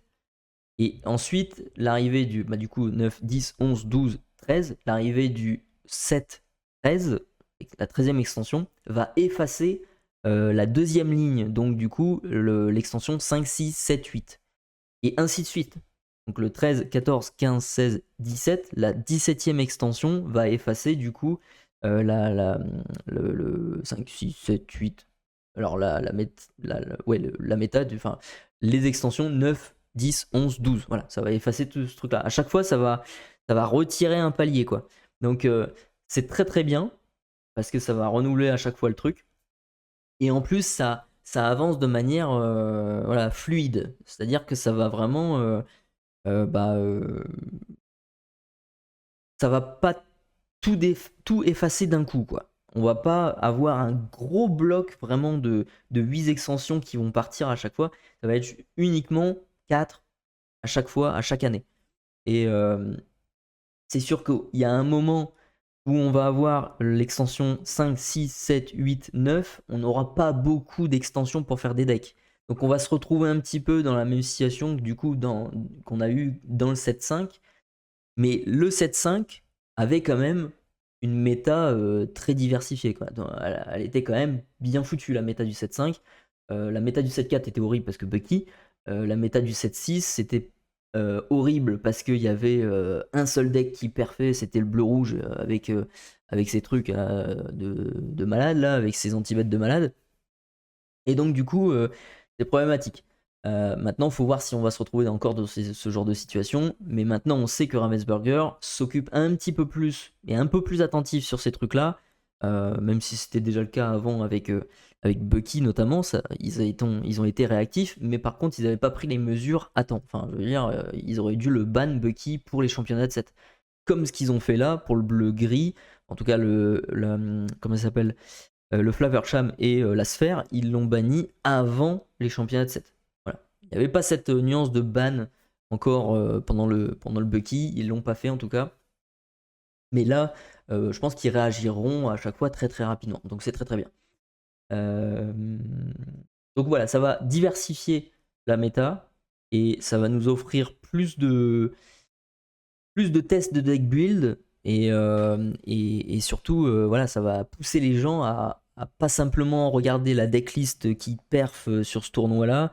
Ils vont essayer de se creuser les méninges et de faire leur propre truc et puis voir si ça marche, quoi. Ça va être cool. Tout ne sera pas visible dès les premières semaines, quoi. Ça va. Il y a des trucs, vous voyez, avec la méta qu'on avait eu là, par exemple sur la méta du 7-7, on avait des trucs bien établis. Qui fait que dans les tournois, dans les premiers tournois des premières semaines de sortie du set, eh bien, t'avais à peu près les mêmes decks, quoi. T'avais des decks qu'on connaissait déjà, avec des cartes qui marchaient très bien depuis très longtemps ensemble. Donc voilà. Là, ça va être différent parce que tous les decks qu'on connaît, ou en tout cas presque tous les decks qu'on connaît, si dans le 7-9, les Ariel notamment du 7-1, par exemple aussi les Madame Mime, etc., si ça c'est pas réimprimé, là je peux vous garantir que ça va être inconnu total, quoi. On va pas du tout avoir les mêmes decks qu'on a eu depuis le début de l'Orcana. Donc ça va être plutôt une bonne chose. Voilà. Et ça va être le cas pour tous les ans, en fait, à chaque fois qu'il y aura la rotation qui va arriver avec le nouveau set de l'année, eh ben, ça va avoir cette sensation-là de maintenant on est obligé de recommencer à zéro, quoi. Et ça va être cool au niveau deck build en tout cas. Bonjour, au vu de l'artwork. Bonjour Shiki, pardon, excuse-moi. Bonjour à toi. Au vu de l'artwork, je me demande vraiment si Jafar est une menace, ils prennent le temps de surfer. Effectivement, genre les mecs, ils s'en foutent. Ah ouais. En fait, il y a le boxon là à côté. En fait, tous les Glimmers sont en train de se battre avec les Illuminers pour empêcher Jafar de faire une connerie. Et eux, c'est des vacanciers. And right here. Les mecs qui sont vraiment en vacances, quoi. Oui, t'as bien fait de remarquer, Chiki. Bravo. Non, la rotation est nécessaire, effectivement, et il ne faut pas oublier qu'il y aura toujours le format Infinity, pas de panique. Effectivement, tu auras toujours ce format de jeu qui sera peut-être moins mis en avant, moins joué, mais ça reste encore à discuter. Je pense qu'on pourrait avoir des challenges où on ferait par exemple les 4 premiers rounds avec du corps construit, ensuite on va avoir 3 rounds avec, où on fait 3-3-3 par exemple, 3 premiers rounds en corps construit. Les rounds 4, 5, 6, ça sera du Infinity. Et on repartira encore sur du corps construit sur les 3 derniers sets. 3 derniers rounds, pardon. Donc ça pourrait se passer comme ça, parce que notamment dans les jeux comme Magic ou alors dans d'autres TCG, comme Flesh and Blood et compagnie, on a par exemple un début où on commence à faire nos premiers rounds avec notre deck à nous, et puis ensuite on va passer au draft. Voilà, on va faire des rounds avec du draft ou du pack SCV, enfin, plutôt du draft, et ensuite on revient sur notre construit qu'on avait au départ, quoi. Ça permet en tout cas pour le draft, de voir qui sont les meilleurs joueurs, parce que pour deck build, etc., il faut des compétences, etc. Donc c'est pas simplement suivre une decklist et puis basta. C'est vraiment, il faut avoir des connaissances dans le jeu et montrer que tu es vraiment le meilleur, quoi. C'est plutôt cool de faire ça. Et puis je vois bien l'Organa passer sur des challenges comme ça où il faut challenger un petit peu avec 2 decks différents, ça serait pas déconnant. Il faut penser aux nouveaux arrivants sur le jeu aussi, donc c'est cool. Plus de joueurs, plus de ventes, égale jeu qui vit. Effectivement, c'est vraiment une très bonne chose, hein. Et surtout, voilà, les nouveaux joueurs, comme tu le dis, ils vont arriver avec 5 sets uniquement à se focaliser dessus. Et le reste, voilà, on oublie, enfin on oublie ou on voit plus tard en tout cas. Ça, c'est vraiment très bien. Salut Choupi 69 71.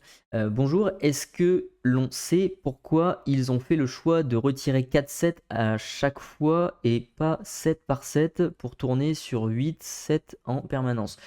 Je pense que c'est pour écrémer déjà une bonne partie des cartes pour effectivement ne pas se retrouver avec exactement les mêmes decks à chaque fois, quoi. Genre là, typiquement, si tu comment ça s'appelle, au 7-9, si tu retires juste le 7-1, tu vas avoir juste 2-3 decks qui vont partir, mais par contre, les decks Blurple et compagnie qui utilisent les mimes renards depuis maintes générations, et ben ça va toujours tourner ces trucs-là. Donc je pense que c'est pour vraiment casser la méta actuelle et rafraîchir la totalité du truc. Et ça peut pas être possible en retirant en faisant une rotation à chaque fois avec juste un set, quoi. Je pense que tu es obligé d'en retirer plusieurs pour faire ce truc là. Donc du coup pour avoir une méta rafraîchissante, quoi. Bref. Bonsoir Benji, comment vas-tu? Sidestone, je parie que le mode Infinity ne sera pas mis de côté, loin de là. Tu as raison, plusieurs rounds avec du construit, puis Infinity, c'est très probable. Alors l'Infinity, c'est aussi du construit, attention, mais je vois ce que tu veux dire, effectivement. Du corps, c'est peut-être ça que tu voulais dire aussi, enfin, c'est exactement ça que tu voulais dire. Mais du corps en premier, du Infinity au milieu, et ensuite du corps après, encore après. Et peut-être, comment ça s'appelle, sur le deuxième jour, imaginons aussi, on pourrait avoir du corps construit sur le premier, et ceux qui sont dans le top 64, vous vous débrouillez avec du Infinity, et vous montrez vos compétences, quoi. Sur la totalité de la méta, quoi. Sur la totalité du jeu, pardon. C'est pour réaliser un véritable récit du jeu, c'est bien, ouais, effectivement. Bon, je vais continuer au niveau des cartes. Alors, on a le Hamster Ball, la boule du hamster. La boule du hamster, c'est bizarre. Pour 3 non ancrables, c'est un objet qui dit que tu l'épuises, tu payes 1. Et tu choisis un personnage qui n'a pas de dommages sur lui et il va gagner résiste plus 2. Alors là, ça c'est un peu nul, je trouve, parce que je préfère largement avoir une armure de souris du set 2 ou 3, je sais plus exactement, qui est gratos et en tout cas en termes de capacité, c'est gratuit. Et tu donnes résiste plus 1, je crois, ou peut-être plus 2, je m'en souviens plus. Mais ça, c'est pas terrible. On va passer au jour 5. Voilà, ça c'était vendredi, il y avait eu tout ça. Il y avait énormément de cartes, effectivement. Le jour 5, c'était du coup hier. Non, c'était vendredi. Alors c'était jeudi, je crois. Je sais plus. Non, c'était hier, ça. C'était samedi, ouais, effectivement. Le 10. Oui, je suis bête, c'est écrit dessus. Alors là, on a une Disney Arcana sur Instagram qui nous a montré cette carte-là. Mais surtout, un truc qui nous intéresse, ça, une enchantée Stitch. Alors ça, je crois qu'on ne l'avait pas encore vu. Enfin, je peux me tromper, mais il me semble qu'on n'avait pas du tout vu cette Stitch, hein. Moi, je m'en souviens pas en tout cas. Pour 3, une 3-3 qui l'aura 2. Ok. Lorsque vous jouez ce personnage, chaque adversaire met la carte du dessus de son deck. What? Put the top card of their deck into their inkwell. Donc tu donnes une encre à ton adversaire. Ah, bienvenue à Max Yurike. Merci pour le follow, c'est sympa. On est en train d'analyser un petit peu les cartes du set 8 qui arrive. Ça c'est étonnant ça. When you play this character, each opponent puts the top card of their deck into their inkwell. Donc tu vas donner une encre à ton adversaire et au début de ton tour, si cette carte est dans votre défausse, you may choose and discard a card with. Alors tu peux choisir et te défausser d'une carte qui a un symbole d'encre qui est ancrable pour le jouer gratuitement et il entre en jeu épuisé.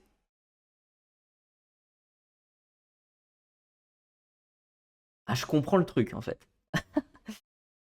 c'est un truc un petit peu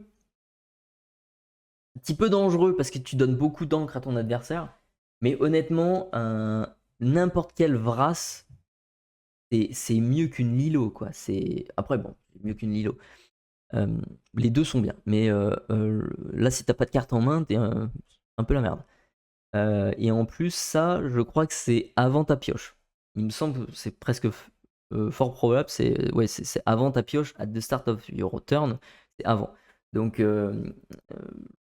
si t'as pas de carte en main, il va te servir à rien quoi le machin. Mais mine de rien, tu peux jouer une 3-3 pour qui aura 2 peut-être gratuitement à tous tes tours si tu te défausses. C'est pourquoi pas. Donc j'ai rien compris. Quoi en encre? Alors cette carte là, grosso modo, c'est pas grosso modo, c'est clairement. Alors du coup, quand tu joues ce personnage là, ton adversaire, tes adversaires mettent une carte du dessus de leur deck dans leur réserve d'encre, donc tu les rampes à fond. Et au début de ton tour, si cette carte là est dans ta défausse, tu peux choisir une carte de ta main et la défausser. Cette carte là, il faut qu'elle soit obligatoirement ancrable pour jouer gratuitement ce truc là depuis ta défausse et ça rentre en jeu épuisé. Donc c'est pas déconnant. Et mais honnêtement, j'ai pas vu cette carte en version normale pour le moment, donc je sais pas. Peut-être une légendaire, je sais pas. Je parie que le mode, ça je l'avais lu, c'est pour réaliser un véritable reset du jeu, c'est bien. Waouh, ouais, elle est très très belle. Coucouille, salut Strawberry. All hail le final boss of Card Reveal. Merci. C'est vrai que j'ai vu tes messages sur Insta, c'est gentil à toi. J'ai rien compris, ouais, ça c'est bon, j'ai expliqué. Ok, mais c'est pas mal ça. Je sais pas. Je sais pas si c'est bien en fait finalement cette carte. À voir. À voir. Elsa, une 3-4 pour 4. Tu payes 1, tu choisis et tu discardes une carte. Exert choosing opposing character. Ça j'aime pas beaucoup. Parce que tu vas te défausser pour dire d'épuiser un truc adverse.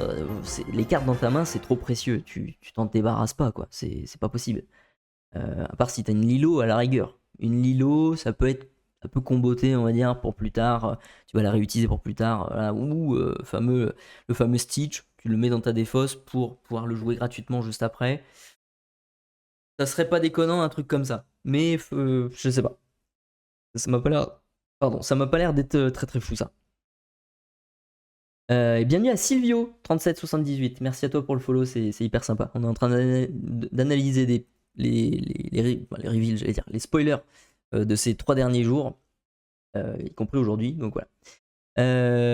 On a Dino 1-2. Lorsque vous jouez ce personnage, le personnage adverse de votre choix subit -1 en force jusqu'au début de votre prochain tour. C'est trop faible quoi, mais c'est rigolo quoi. On a Darling, ah bah voilà, ah d'accord, c'est son nom alors du coup, ouais, ok. Darling. Une 4-4 pour 5. When you play this character, chosen character gets +2 en lore this turn. Ok. Tu donnes 2 de lore T5 à quelqu'un. Honnêtement, c'est pas dégueu. Hein. Moi, j'aime beaucoup cette carte. C'est vraiment une bonne commune. Très bonne commune. Pour 5, ça fait un truc instant, quoi. Ça c'est bien, ça. Cette carte est à chier, la Stitch. Non, je dirais pas qu'elle est à chier, mais je dirais qu'elle est quand même intéressante, mais faut voir comment tu la joues, quoi. C'est un peu dangereux de donner de l'encre à ton adversaire, quoi. C'est très très dangereux, mais à voir. Là, par contre, là, on a une carte que moi j'apprécie énormément. Lena de situation. Non, Lena de sortilège, je crois qu'elle s'appelle. Lena de situation. Je crois qu'elle s'appelle comme ça. Lena de sortilège. Hein. Je sais plus. Bref.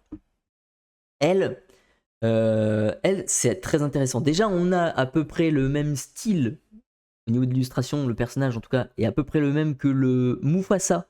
On a eu aussi également en violet gris sur le set, sur ce set là, le set 7. Ça m'a fait beaucoup penser à ça. Le Mufasa est vraiment un peu pareil. Et elle, c'est un 3 pour 3, insaisissable, qui dit tu l'épuises, pardon, et tu infliges un dommage à un personnage. C'est génial, c'est ok, c'est juste un dommage, mais ça peut faire la différence sur beaucoup de choses. Ça peut faire la différence sur beaucoup de choses, beaucoup trop de choses. C'est trop puissant. Si vous, comme elle est évasive en fait, comme elle est insaisissable, elle ne peut pas se faire gérer facilement. Votre adversaire doit avoir des anti-bêtes, soit avoir aussi des personnages avec insaisissable. S'il en a pas, ce truc-là, c'est un ping, un dommage à tous les tours gratis. C'est impressionnant quoi. Ça, jamais tu l'auras avec un truc comme ça. En tout cas presque jamais. Tu infliges des dommages à fond. Elle, c'est un petit lance-pierre qu'elle a, et puis à tous les tours, elle va dire à ton adversaire ping, ping, ping. Voilà, elle va être chiante, elle va être chiante. Pas trop d'accord, il faut essayer. Il y a peut-être un truc à faire. Effectivement, avec le Stitch, il y a un truc à faire, mais sérieux, elle peut pas être vert grise, la Lena. C'est Lena, ouais, Lena situation, ouais, c'est un truc de fou. Pourquoi je pense à elle à chaque fois que je vois cette carte. Celle-là, elle peut être intéressante.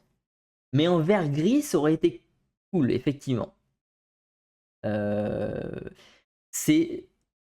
En fait, si on avait mis une carte comme ça au vert gris, je peux te garantir que le deck dommage que j'avais testé hein, sur la chaîne, j'avais fait une vidéo là-dessus sur le set 5, quand la forêt de Sherwood en lieu était arrivée, et les Robins qui étaient à côté et qui faisaient des flèches hein, à tir-larigot et qui envoyaient du lourd, quoi.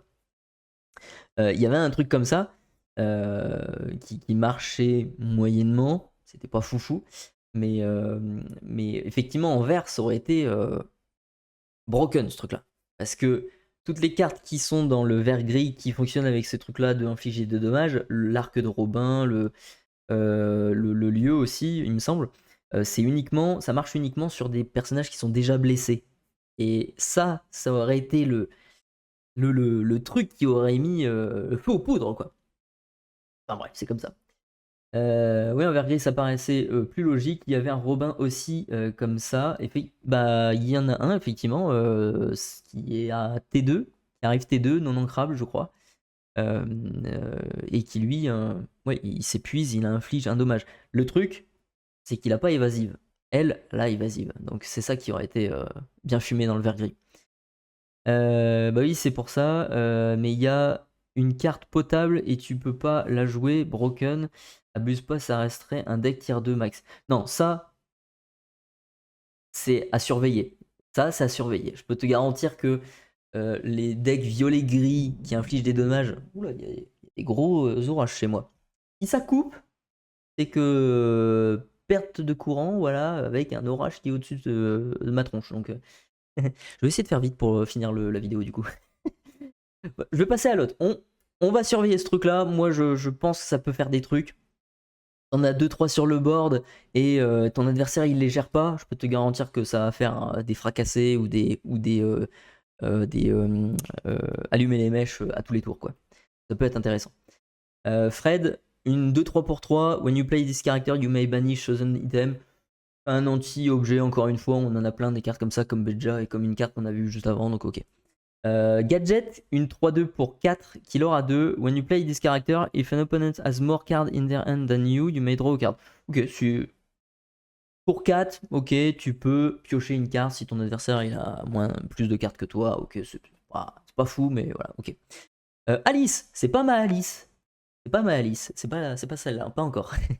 Shift 3, qui est très intéressant, sinon c'est 6, mais on va le shifter ce truc-là. 2-6, il aura 2. Lorsque ce personnage part à l'aventure, put one damage counter on each other character. Ça peut être intéressant. Imagine t'en as 2 sur le board, des trucs comme ça. Je pars à l'aventure avec Alice, j'inflige 2 à tout le monde, tuons la bête. Allez, ciao. Non, franchement, ça peut être très très intéressant. Notamment, en plus, en vert, on a une carte, je sais plus comment elle s'appelle, sonner la clochette, voilà, elle s'appelle comme ça. Il dit que tu peux bannir un personnage qui a une blessure sur lui. Par l'aventure avec ce truc-là, tu mets une blessure à tout le monde, tu choisis ça, allez, ça part. C'est pas mal, c'est très très bien. C'est une très très bonne carte. Donc à surveiller. Et Bibi est là, voilà. La carte, bon, on va pas analyser très très longtemps parce qu'on l'a déjà vu dans cette vidéo que je vous invite à aller voir si vous ne l'avez pas encore vue. Cette vidéo de reveal. Et je me suis bien amusé à le faire. C'était très épuisant, mais comme d'habitude, mais un réel plaisir à chaque fois. J'ai beaucoup de chance de pouvoir révéler des cartes. Et c'est comme un rêve pour moi. Donc, moi qui est dans le TCG depuis que je suis tout petit, c'est vraiment cool. Donc, merci encore à Ravensburger de m'avoir offert la chance d'avoir cette carte. Merci à toi, Roman, et à tout le monde, quoi. C'est une 2-4 pour 4 qu'il aura 2. Pas déconnant. Et lorsque vous jouez ce personnage, vous pouvez choisir l'un de vos personnages qui a un dommage ou plus et le redresser. Ce personnage ne peut pas être envoyé à l'aventure pour le reste de ce tour. Donc voilà, ça, on connaît ce machin-là. C'est bien pour taper 2 fois ou pour partir à l'aventure et le redresser. Voilà, très bien. Mouchou, cette fois-ci en floatborn. Ils se sont éclatés avec les mouchous, hein. Ça y est, ils en ont sorti un maintenant. On va en sortir 2-3 par extension. Non, je rigole. Shift 4, 4-6. Donc déjà, c'est costaud. Mais le truc, c'est que les mouchous, on n'a pas beaucoup de target, enfin, pas beaucoup de support. Il y en a un là qui est sorti aussi dans cette extension-là, mais il faut voir, je crois qu'il vaut 3. Je me rappelle plus, bref. Il aura 2. Lorsque vous jouez un autre personnage, pardon, lorsque vous jouez un autre personnage, il gagne rush, enfin alors du coup charge, combattant et évasive. Alors ça, si les mecs ils font pas enfin je veux dire, ils font des mouchous un petit peu broken quand même, hein. Entre le mouchou qui dit ok, à chaque fois que tu défies résistance machin et puis tu gagnes du lore, ou je crois que c'est quand tu bannis, pardon.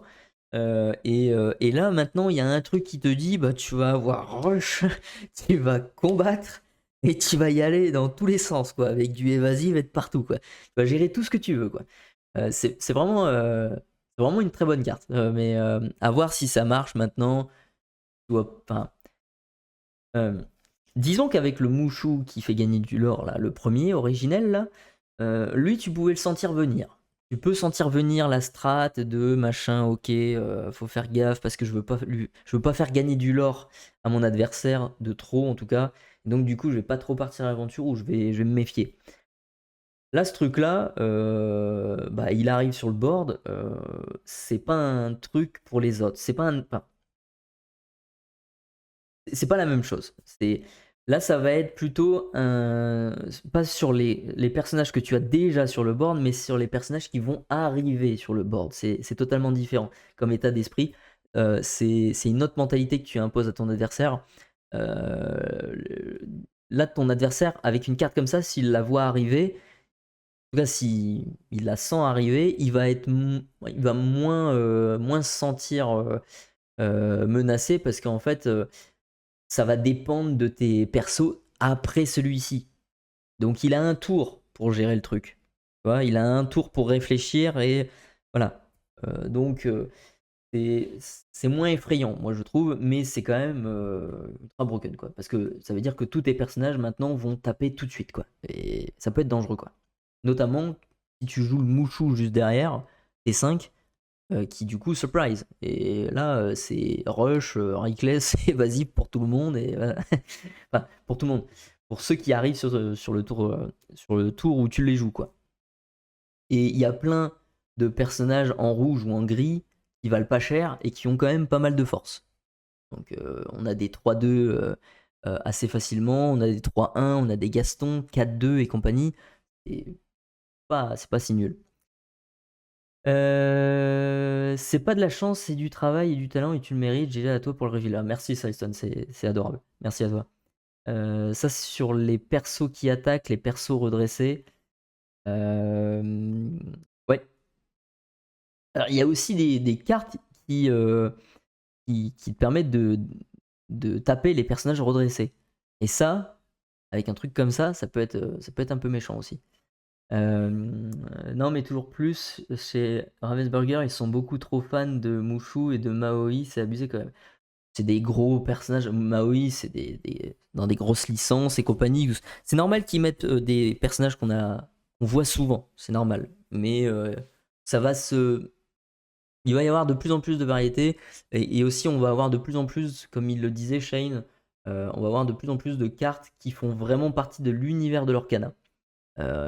Donc pas des licences, enfin la licence Disney, mais pas des personnages connus de l'univers de Disney. Là on aura des trucs, là on a des objets pour le moment, mais on aura d'autres trucs au fur et à mesure, quoi. Ils seront vraiment de l'Orcana, quoi. Donc c'est cool. Après le Reckless peut faire chier quand même. C'est vrai que ça peut être chiant, mais en fait on n'a pas du tout pour le moment de personnages qui ont une capacité qui permettent de lorer tout de suite. Donc vu que c'est lorsque tu joues un autre personnage, enfin, lorsque tu joues un personnage, il gagne rush, reckless et évasive, ça va. Il sera pas impacté, quoi, le personnage pour partir à l'aventure, quoi. Donc ça va. Hello Thiago, comment vas-tu? Bienvenue sur ce live. Ensuite, on a Missy Spots qui nous a été révélé par Lore Keeper Soft Pose Nan. Oula, compliqué. Pour 3, c'est une 2-4 qui dit un petit peu comme un Flowersham, tu bannis un objet et tu pioches une carte. Bah, c'est la version low cost, hein, du Flowersham. Là, ça arrive pas, enfin ça arrive et ça fait pas l'effet tout de suite. Donc ça, c'est ça qu'ils voulaient corriger, les mecs. Là, tu l'épuises, t'es obligé de faire ça et tu pioches qu'une carte, donc ça va. Je sais pas si ça sera joué parce que c'est un truc un peu bis et aujourd'hui on nous a montré que le bleu rouge ou bleu quelque chose n'a pas de mal à piocher dans le Flaversham. Donc voilà. Là on a la maman de réponse qui est une vanilla 5-5 pour 5 qui aura 2. Ok. Et enfin on va attaquer le dernier jour, donc aujourd'hui même, les spoilers qu'il y a eu aujourd'hui. Notamment, je pense à notre amie Erika De Matteis, qui est une ancienne Miss Italie, et je crois elle a fait aussi Miss International, là, je sais plus comment ça s'appelle ce truc-là. Je crois qu'elle a fait ce truc-là. Il y a un truc connu où ils gueulent leur prénom comme ça, non, le nom de leur pays comme ça. J'avais vu ça, c'était marrant. Mais c'est une personne qui nous a révélé une carte aujourd'hui. Elle est casteuse officielle de Ravensburger du coup pour l'Italie. Donc vous la connaissez sûrement. Donc on va découvrir ça maintenant. On a la première carte. Ah bah c'est sa carte, voilà. Qui a été révélée par Erika De Matteis. Et c'est une 2-2 qui pour 4 dit alors à 2 pardon avant. Une fois pendant votre tour, chaque fois que l'un de vos personnages chante une chanson. Ok, donc on est dans la bicolorité déjà jaune-violet, on veut nous pousser à faire un deck madrigal chanson là. On nous pousse à fond. Le Bruno est très très intéressant, on l'avait vu dans la première vidéo de spoil. Vous pouvez rechercher une carte de personnage coûtant 3 ou moins dans votre pioche. Dans votre pioche.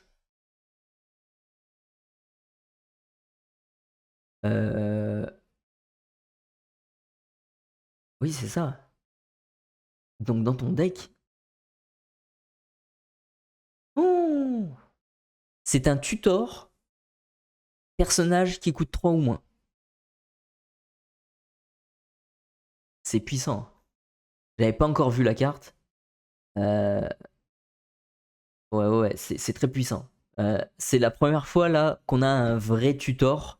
C'est-à-dire un tutor, c'est une carte qui vous permet d'aller chercher une carte tout simplement dans votre deck et la mettre dans votre main. En tout cas, les meilleurs tutors, c'est comme ça. Et là, ouais, c'est chaque fois que l'un de vos personnages chante une chanson. Heureusement que c'est une fois par tour. Si ça n'avait pas été une fois par tour, là ça aurait été ultra broken. Ça aurait été même ban dès la sortie. Non, ça c'est très fort. Vraiment, j'ai très hâte de découvrir un petit peu ce deck là, jaune-violet, chanson et tout ça. C'est vraiment, il y a des cartes qui sont de plus en plus intéressantes comme ça avec le Bruno, le nouveau Bruno et le Antonio là. Vraiment, c'est des cartes, ça peut te sauver quoi. Tu vas aller chercher des personnages qui coûtent 3 ou moins qui vont te servir à tel moment ou à un autre. Typiquement, s'ils réimpriment une petite Cendrillon par exemple dans le 7-9, tu vas aller chercher une Cendrillon avec ce truc là, tu la joues juste après, bah, ça te permet d'avoir un chanteur en plus que tu n'avais pas forcément dans ta main.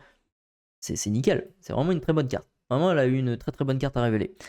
Slash qui nous a révélé ça, là c'est un créateur de contenu allemand qui nous avait qui était au cast, enfin pas au cast mais à la présentation je crois lors du tournoi en Allemagne là qui s'est déroulé à Ravensburg.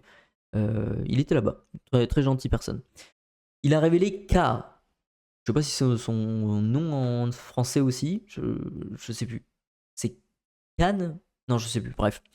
Pour 4, une non ancrable 3-3 qui l'aura 2. Chaque fois que ce personnage est envoyé à l'aventure, le personnage adverse de votre choix subit -2 en force et gagne combattant jusqu'au début de votre prochain tour. Donc ça veut dire que lui, il y passe juste après quoi.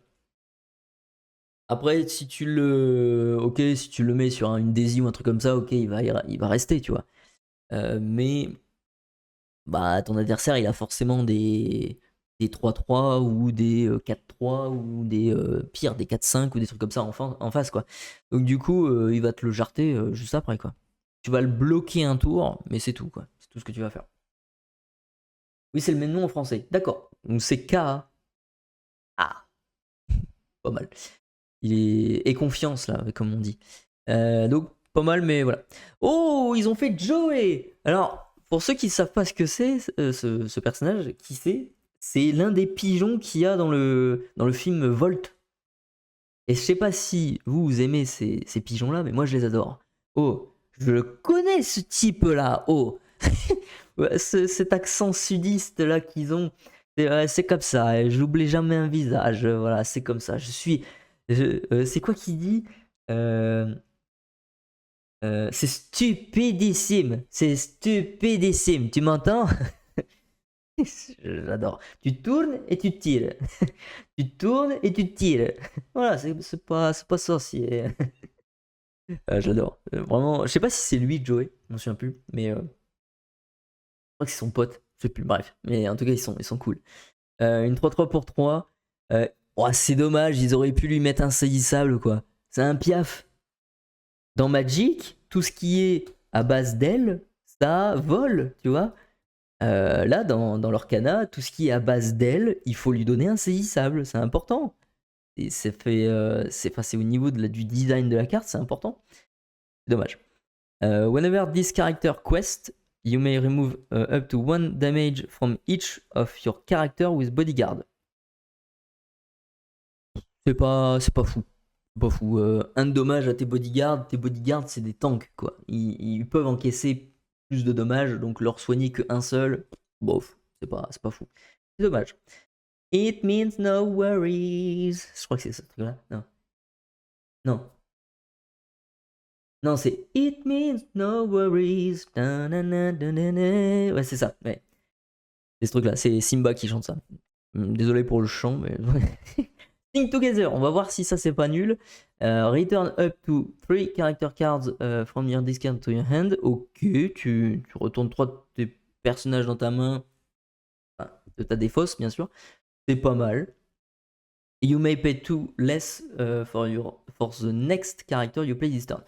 C'est dommage que c'est pas tu payes 2 de moins pour les 3 prochains personnages que tu joues. Ça aurait été bien, ça. Imaginez, vous auriez pris, vous chantez à 9, c'est cher quand même, vous chantez à 9 ou vous payez 9, c'est très cher. Vous auriez récupéré 3 personnages qui vaut 2 ou moins dans votre défausse et vous les auriez joués gratuitement derrière. Ça aurait été pas mal. Là, c'est pas le cas. C'est un truc qui va te faire récupérer juste 3 personnages et puis tu vas en jouer un moins cher parce que là, tu as déjà dépensé énormément.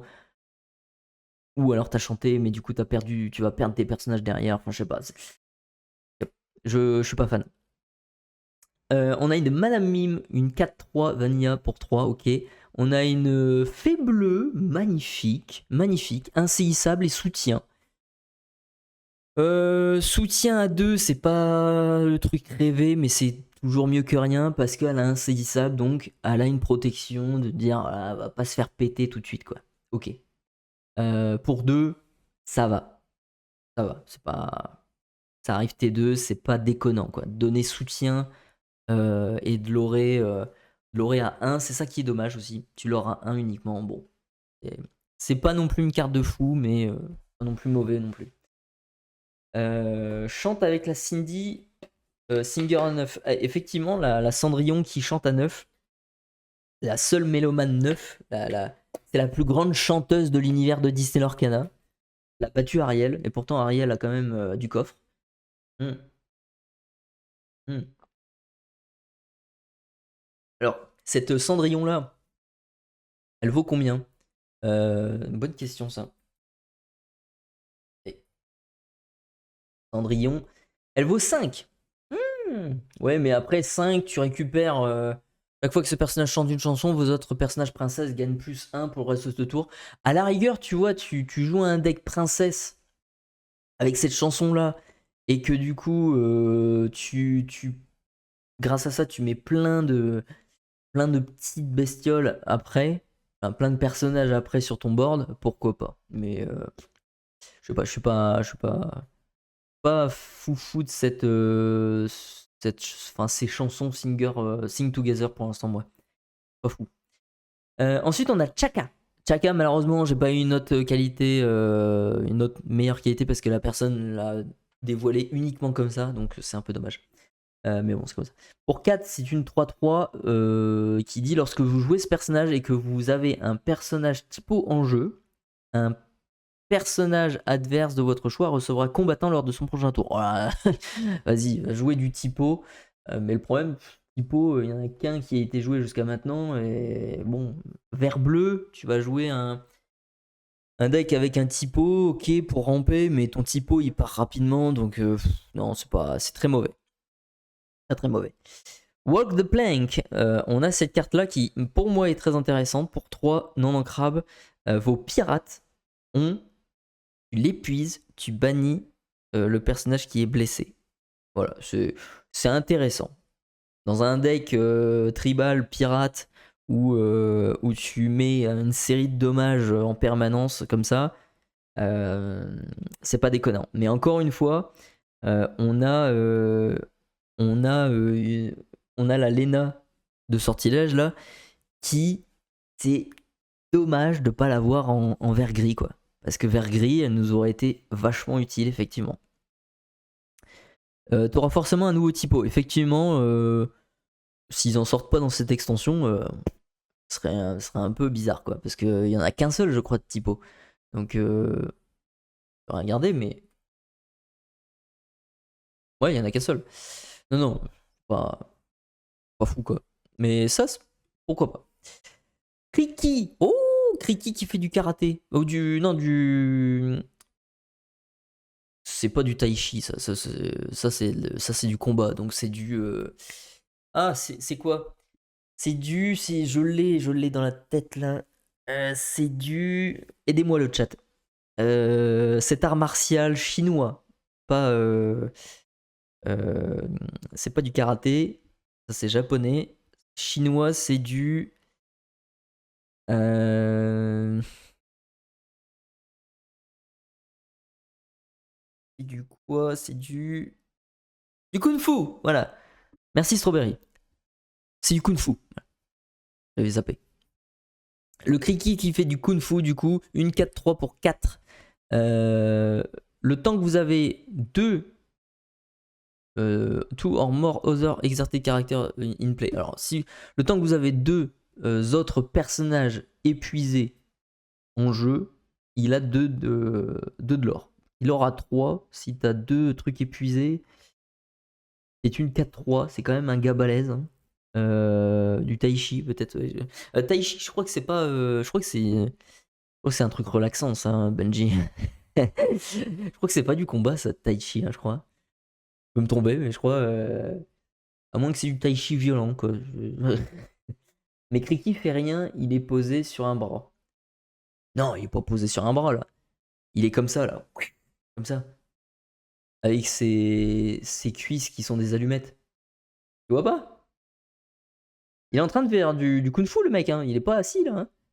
Ouais, ça c'est Mulan qui a derrière là, qui fait ce truc là, comme ça. Et Mushu aussi. Ouais, c'est ça, je crois. Hein. Avoir comme carte, je suis pas.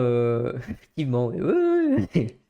Ah, flemmard lui, hein. Eh, le mec il te donne plus 3 en force à tous tes persos, il aura 3, le mec, c'est pas un. Voilà, c'est. C'est pas un feignant. Hein. Si, c'est un art martial. Ouais, c'est un art martial, mais c'est pas un truc de combat, ça, le tai chi, non?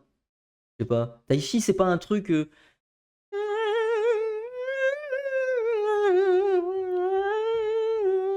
C'est pas ce truc-là, là, le truc reposant, là, pour libérer les énergies qui sont en toi, les chakras.